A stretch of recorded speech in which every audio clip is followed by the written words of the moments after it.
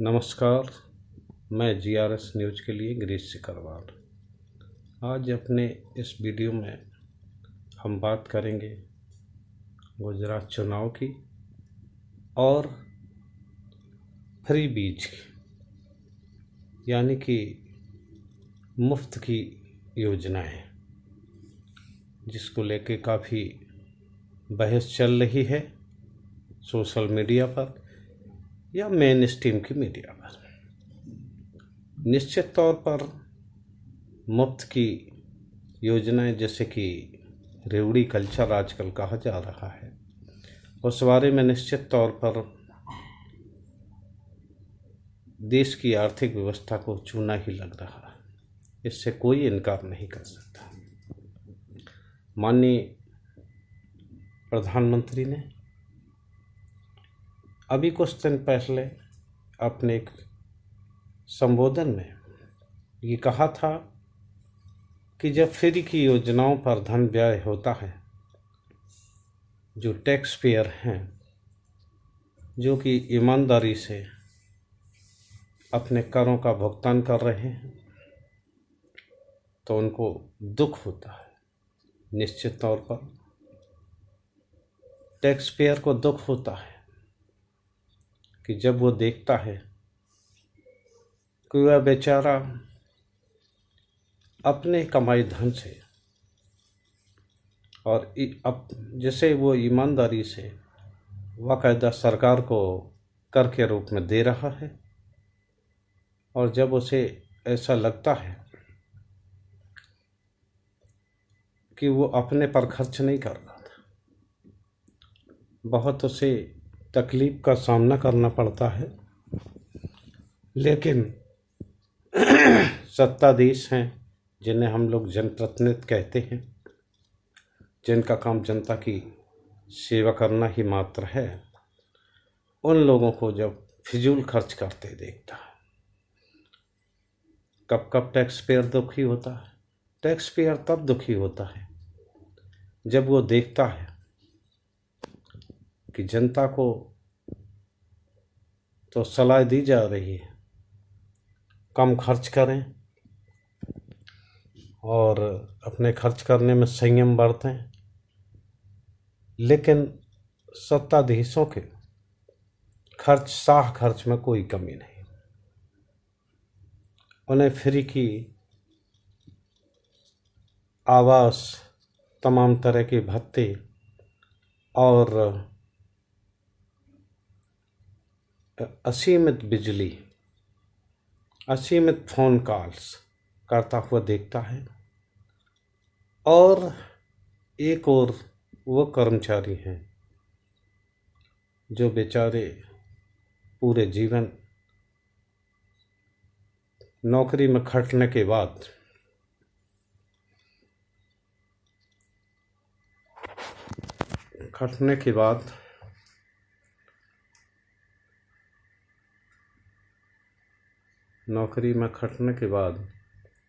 Pension तक को तरस रहे हैं।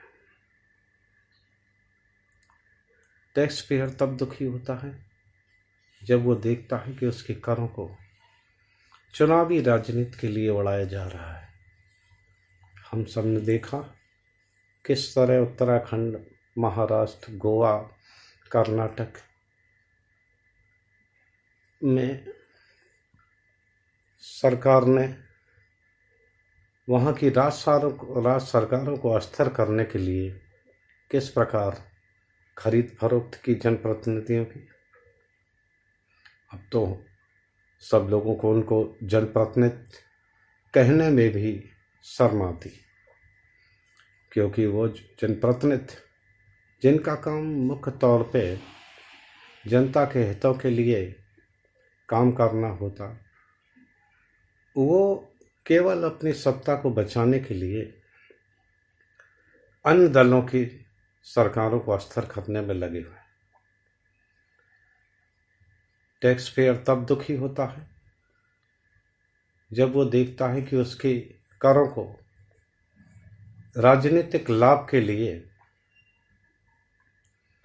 ऐसी योजनाओं में उड़ाया जा रहा है जिससे कि न तो देश का भला होने वाला है, बस गरीब के नाम पर उन लोगों को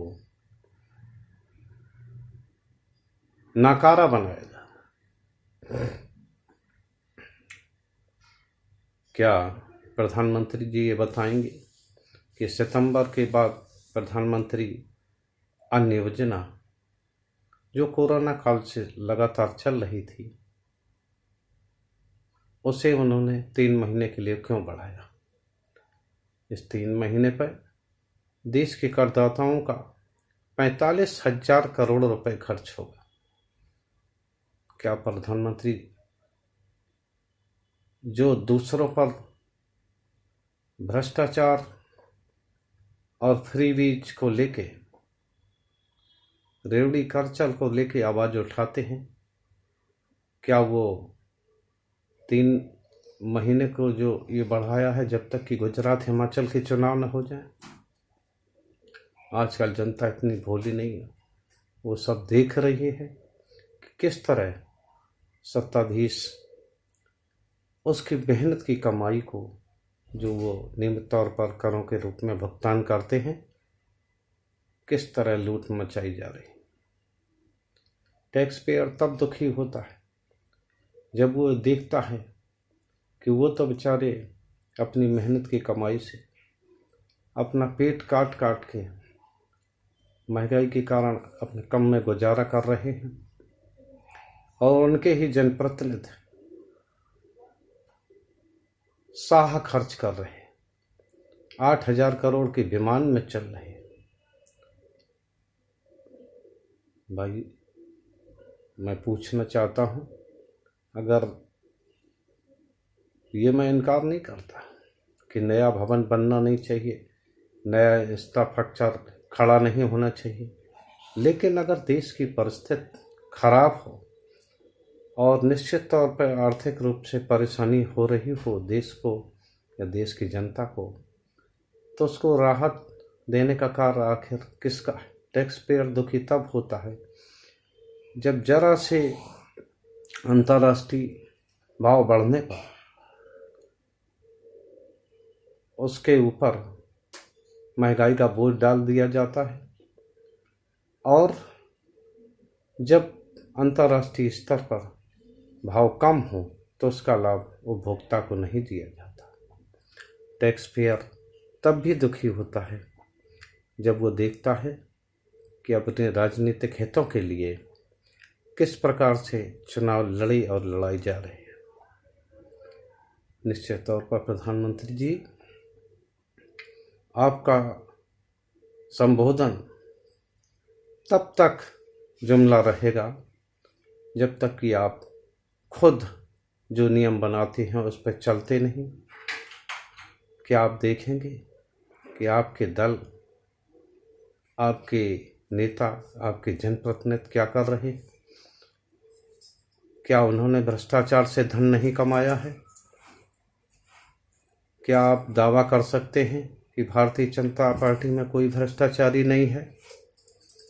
अगर नहीं है, अगर आप ये खम ठोक के दावा करते हैं तो निश्चित तौर पर जो अभी सन 14 के बाद जो अभी 21 तक आपने ईडी और आईटी की जो रेड विपक्षी दलों पर डलवाई हैं, निश्चित तौर पर उनमें बीजेपी के एक भी जनप्रतिनिधि नहीं है।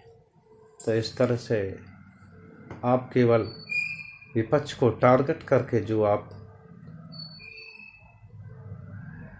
जनप्रतिनिधियों को या राजनीतिक दलों को डराना चाहते हैं, टैक्स पेयर उससे भी दुखी होता है। प्रधानमंत्री जी, क्या आप अपने आचरण में कुछ सुधार लाएंगे या आपका आचरण वैसा ही रहेगा जिसको लेके काफ़ी पहले कह दिया गया है, पर उपदेश कुशल बहुतेरे। धन्यवाद।